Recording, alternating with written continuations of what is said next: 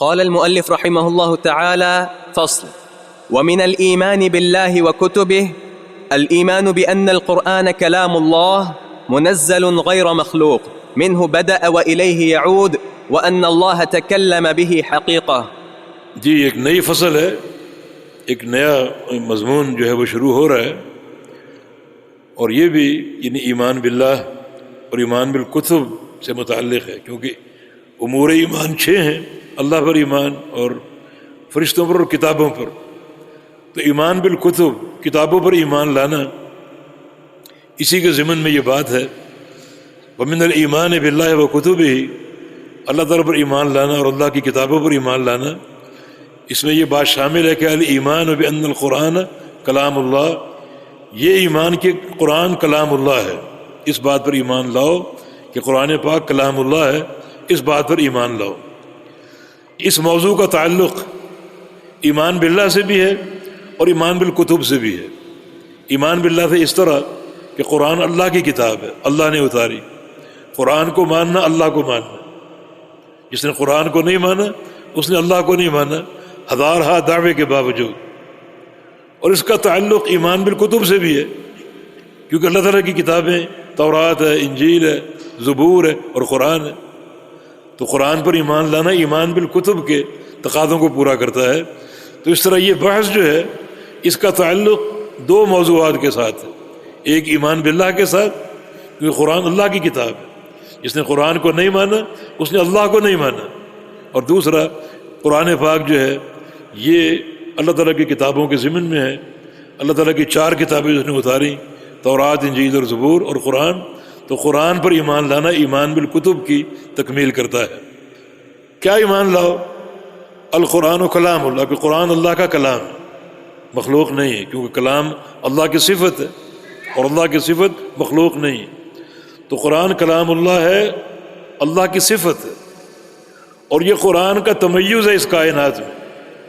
اس زمین کی پشت پر جو چیزیں ہیں سب اللہ کی مخلوق، سب اللہ کی مخلوق. واحد قرآن پاک جو اللہ کی صفت ہے، اللہ کی مخلوق نہیں. یہ تمیز ہے قرآن پاک کا اس سطح ارضی پر کہ ہر چیز اس کی مخلوق ہے، صرف قرآن اس کی صفت ہے. تو پھر اس کا معنی یہ ہے کہ اس تمیز کی وجہ سے قرآن پاک کے ساتھ بھی ایک متمیز تعلق ہونا چاہیے. یہ رحمان کی صفت ہے، اس کی محبت، اس کو پڑھنا، اس پر عمل کرنا، اس کی حدود پر توقف اور صبر، یہ سارے مسائل ضروری ہیں تاکہ قرآن پاک حق ادا ہو. کیونکہ اللہ تعالیٰ کی صفت واحد، اللہ کی صفت اس زمین پر موجود ہے، باقی تمام چیزیں اللہ کی مخلوق ہیں. تو القرآن و کلام اللہ منزل، اللہ کی طرف سے اتارا گیا ہے، غیر و مخلوق مخلوق نہیں ہے، مخلوق نہیں ہے، اللہ تعالیٰ کی طرف سے اتارا گیا ہے. مخلوق کیوں نہیں؟ کیونکہ اللہ کی صفت ہے. اللہ کی صفت مخلوق کیسے ہو سکتی؟ اللہ تعالیٰ متکلم ہے، اس کا متکلم ہونا اس کی صفت ہے، اور قرآن اس کا کلام ہے. تو اللہ کی صفت مخلوق کیسے ہو سکتی؟ منہ بدا، اسی کی طرف سے آیا. بدا کا معنی شروع ہونا، اسی کی طرف سے آیا، اسی سے نکلا ہے. اللہ نے قرآن پڑھا، اللہ تعالیٰ کا کلام ہے، یہ اس سے شروع ہوا. وَإِلَيْهِ يَعُودُ، اسی کی طرف لوٹے گا، اسی کی طرف لوٹے گا. اللہ تعالیٰ کی طرف سے شروع ہوا کیونکہ اللہ تعالیٰ نے قرآن کا کلام فرمایا اور پڑھا اور جبریل نے سنا، اسی کی طرف لوٹے گا. یہ آخری زمانے میں، یعنی یہ قیامت کی علامت ہے جب قرآن کو اٹھا لیا جائے گا. اللہ تعالیٰ اٹھا لے گا اور قرآن پاک اللہ تعالیٰ کی طرف پہنچ جائے گا. تو اسی سے شروع ہوا، اسی کی طرف لوٹے گا. یہ ہمارا ایمان ہے. چنانچہ سینوں سے اٹھا لیا جائے گا، مصاحف سے اٹھا لیا جائے گا، اور یہ جو قرۂ ارضی ہے یہ قرآن سے خالی ہو جائے گا. اور اس کا خالی ہونا علامات قیامت میں سے، یعنی قیامت انتہائی قریب ہے. یہ قرآن پاک کی صفات، وَأَنَّ اللَّهَ تَكَلَّمَ بِحَقِيقَةً، اور اللہ تعالیٰ نے حقیقتاً ان قرآن کا کلام فرمایا. حقیقتاً، یہاں کوئی مجاز نہیں. اور جو کچھ لوگوں نے، کچھ گمراہ فرقوں نے قرآن کے بارے میں باتیں کی ہیں وہ شرعی حقائق کے خلاف. جیسے طائفہ جو ہے وہ اشاعرہ کا، وہ کہتا ہے کلام نفسی ہے، یہ کلام جو قرآن جو ہے اللہ کا کلام نفسی ہے، وہ اللہ کی صفت ہے. یعنی جو قرآن کا معنی ہے، جیسے اقیم الصلاۃ آتوا الزکاۃ، یہ معنی اللہ کے نفس میں ہے، اور اللہ رب العزت نے یہ معنی مثلا جبریل کو دیا، اور جبریل نے نماز اور زکوٰۃ کو اقیم الصلاۃ اور آتوا الزکاۃ کے الفاظ دے کر اس کو قرآن بنایا. اتنی بڑی بات جو بالکل شریعت کے حقائق کے خلاف نہیں. یہ لفظاً حرفاً حرفاً اللہ کا کلام ہے، یہ حروف اللہ کا کلام ہے، یہ جملے اللہ کا کلام ہے، یہ آیات بینات اللہ تعالیٰ کا کلام ہے. اللہ تعالیٰ کی طرف سے آیا اور اللہ کی طرف لوٹے گا. ان تمام حقائق پر ہمارا ایمان. وأن هذا القرآن الذي أنزله على محمد صلى الله عليه وسلم هو كلام الله حقيقة لا كلام غيره، ولا يجوز إطلاق القول بأنه حكاية عن كلام الله أو عبارة عنه. شیخ الاسلام نے یہاں جو ایک اصل جو مسلک اہل سنہ والجماعہ کا وہ بتایا ہے اور دو گمراہ فرقوں کی تردید کی ہے. فرمایا کہ وَأَنَّ هَذَا الْقُرْآنَ الَّذِي أَنزَلَهُ عَلَى مُحَمَّدٍ صلی اللہ علیہ وسلم، اور بے شک یہ قرآن جو اللہ تعالیٰ نے اتارا محمد صلی اللہ علیہ وسلم پر، ہوا کلام اللہ حقیقتاً، یہ حقیقتاً اللہ کا کلام، کوئی یہاں مجاز نہیں، حقیقتاً اللہ کا کلام. ایسا کلام ہے جو اللہ نے بنایا، اللہ نے کلام کیا، حرفاً حرفاً اللہ کا کلام ہے، اور یہ ایسا کلام ہے جس کو پڑھا جاتا ہے، اور اللہ نے پڑھا اور جبریل نے سنا. مانا اللہ تعالیٰ نے پڑھا، یہ کلام مقروء جس کو پڑھا جاتا ہے، اللہ نے پڑھا، جبریل نے سنا، یہ بھی حقیقت ہے. اور یہ کلام جو اللہ تعالیٰ کا کلام ہے، یہ مکتوب فی المصاحف، لکھا جاتا ہے، لکھا بھی جاتا ہے، پڑھا بھی جاتا ہے، سنا بھی جاتا ہے. اللہ نے پڑھا، جبریل نے سنا. یہ سارے صفات قرآن پاک کے حقیقت اللہ کا کلام، ان تمام معنی میں. لا کلام غیر ہی، کسی اور کا کلام نہیں ہے، کسی اور کا کلام نہیں ہے. یہ بات باطل ہے کہ اللہ تعالیٰ کا تو کلام کلام نفسی ہے، یعنی جو کچھ قرآن کے معنی ہیں وہ اللہ کے نفس میں تھے، اللہ نے وہ معنی منتقل کیے جس کی طرف مثلا جبریل کی طرف، جبریل نے ان معنی کو الفاظ کا جامع پہنایا اور اس کو قرآن بنایا. مانا یہ قرآن، یہ کلام جبریل کا ہے. جبریل مخلوق ہے، مخلوق کا کلام مخلوق ہوتا ہے، پھر قرآن کو گویا مخلوق بنا دیا گیا. کتنی بڑی جسارت ہے، جبکہ حقیقتاً یہ بات ثابت ہے، قرآن اللہ کا کلام ہے، اللہ کی صفت ہے، کہ ہرگز مخلوق نہیں ہے. بلا یجوز اطلاق القول بأنہ حکایت عن کلام اللہ. یہ رد ہے ایک فرقے کا کہ یہ بات کہنا مطلقاً لا یجوز اطلاق القول، یہ قول قائم کرنا بأنہ کہ قرآن جو ہے حکایت عن کلام اللہ، یہ کلام اللہ نہیں ہے بلکہ کلام اللہ کی حکایت ہے. کلام اللہ کی حکایت ہے، حقیقتاً کلام اللہ نہیں ہے، کلام اللہ کی حکایت ہے.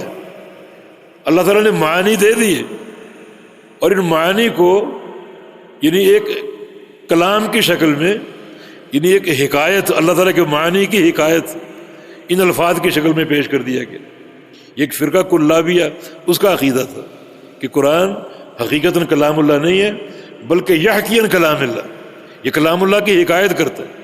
جبکہ اشاعرہ کا عقیدہ کیا ہے کہ قرآن حقیقتاً کلام اللہ نہیں بلکہ کلام اللہ سے عبارت ہے، یہ کلام اللہ پر دلالت کر رہا ہے. الفاظ کسی اور کے، لیکن یہ سارے الفاظ اللہ تعالیٰ کے کلام نفسی پر دلالت کر رہے ہیں. تو شیخ نے ان دونوں گمراہ نظریوں کی تردید کی ہے کہ لا یجوز اطلاق القول بأنہ حکایت عن کلام اللہ، یہ بات کہنا جائز نہیں ہے کہ یہ کلام اللہ نہیں ہے بلکہ کلام اللہ کی حکایت ہے. نہ یہ کہنا جائز ہے کہ عبارت عن کلام اللہ، کہ یہ کلام اللہ تو نہیں ہے بلکہ کلام اللہ پر دلالت کر رہا ہے اور کلام اللہ کی تعبیر کر رہا ہے. دونوں نظریات باطل ہیں. قرآن پاک حقیقتاً کلام اللہ ہے. جی. بل إذا قرأه الناس أو كتبوه بذلك في المصاحف لم يخرج بذلك عن أن يكون كلام الله تعالى حقيقة، فإن الكلام إنما يضاف حقيقة إلى من قاله مبتدئا لا إلى من قاله مبلغا مؤديا، وهو كلام الله حروفه ومعانيه، ليس كلام الله الحروف دون المعاني ولا المعاني دون الحروف.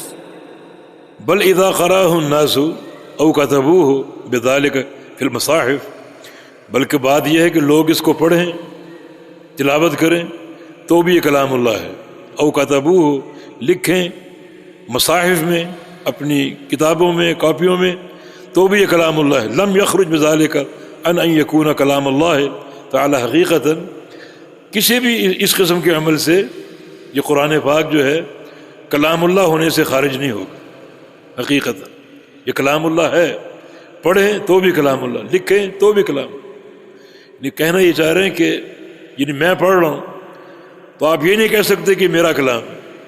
نہیں، حقیقتاً کلام کس کا ہے؟ جس کی طرف پہلی نسبت ہے، جس کی طرف پہلی نسبت. دیکھیں ایک مثال دیتا ہوں، آپ کو شعر پڑھے مرزا غالب کا تو کیا کہا جائے گا؟ یہ آپ کا شعر ہے؟ نہیں، یہ غالب نے کہا، غالب کا شعر ہے، کیونکہ وہ پہلا وہ شخص جس کی طرف یہ منسوب ہے. یہ کلام، یہ مخلوق کی بات ہے، مخلوق کی بات ہے. جناب یہ علامہ اقبال کا شعر ہے، پڑھ میں رہا ہوں تو میرے پڑھنے سے میرا کلام نہیں بنے گا، میرا شعر نہیں بنے گا. اس طرح کلام اللہ جو ہے اگر میں پڑھوں، میں لکھوں تو میرا کلام نہیں بنے گا. یہ حقیقتاً اللہ کا کلام، اللہ کا کلام ہی رہے گا جب سے آیا اور جب تک دنیا قائم ہے اللہ کا کلام رہے گا. فإن الکلام انما یضاف حقیقتاً الی من قالہ مبتدئا، حقیقی بات یہ کہ کلام اسی کی طرف منسوب ہوتا ہے جس نے پہلے کہا ہو. انما الاعمال بالنیات، میں پڑھ رہا ہوں لیکن کلام کس کا ہے؟ رسول اللہ صلی اللہ علیہ وسلم کا. انہوں نے سب سے پہلے یہ کہا، تو جو پہلا کہنے والا ہے اسی کی طرف کلام منسوب ہوتا ہے. تو قرآن اللہ کی طرف سے آیا، اس کی ابتدا اللہ کی طرف سے ہوئی، تو اللہ ہی کا کلام رہے گا ہر حال میں، ہمیشہ ہمیشہ. لا الہ من قالہ مبلغا مؤدیا، اس کی طرف منسوب نہیں ہوگا جو کلام پہنچا رہا ہے، کلام آگے پہنچا رہا، آگے ادا کر رہا ہے، اس کا کلام قرار نہیں پائے گا، بلکہ جو پہلا کہنے والا ہے اس کی طرف منسوب ہوگا. تو وہ کلام اللہ ہے، حروفہ معانی ہے، تو پھر یہ اللہ کا کلام ہے، اس کے حروف بھی، اس کے معنی بھی. لیسا کلام اللہ الحروف دون المعانی، اللہ کا کلام ایسا نہیں جو صرف حروف ہوں اور معنی سے خالی ہو. بدل معانی دون الحروف، یا یہ کہ صرف معانی ہو حروف سے خالی. دونوں قسم کے گروہ موجود ہیں. کچھ کہتے ہیں کلام اللہ الفاظ کا نام ہے، معنی سے خالی. یعنی بہت سے کلام اللہ کے ایسے الفاظ ہیں جن کے معنی نہیں، جیسے معتزلہ اللہ تعالیٰ کے ناموں کو معنی سے خالی قرار دیتے ہیں، اللہ تعالیٰ کے ناموں کو صفات سے اور معنی سے خالی قرار دیتے ہیں. معتزلہ اللہ تعالیٰ کے ناموں کو مانتے ہیں، رحمان کو، رحیم کو، سمیع کو، بصیر کو، لیکن تمام ناموں کو معنی سے خالی قرار دیتے ہیں. یہ بات غلط ہے.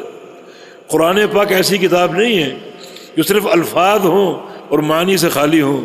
بدل معانی دون الحروف، اور قرآن پاک ایسی کتاب بھی نہیں ہے کہ صرف معنی ہو اور حروف سے خالی ہو. وہ کہتے ہیں کہ جیسے اشاعرہ، ان کا عقیدہ یہ کہ یہ قرآن جو ہے اللہ تعالیٰ کا کلام ہے، کلام نفسی، معنی اللہ کی طرف سے، معنی اللہ کی طرف سے، الفاظ اللہ کے نہیں. یہ اشاعرہ کا عقیدہ. تو شیخ الاسلام نے دونوں گمراہ فرقوں کی تردید کی ہے. یہ کہنا بھی غلط ہے کہ قرآن صرف الفاظ کا نام ہے، معنی سے خالی، جسے معتزلہ کا عقیدہ. اور یہ کہنا بھی غلط ہے کہ قرآن صرف معنی کا نام ہے، حروف سے خالی، حروف کسی اور کے ہیں، معنی اللہ کی طرف سے ہیں. یہ دونوں نظریات بالکل فرسودہ اور باطل ہیں اور شرعی حقائق کے خلاف.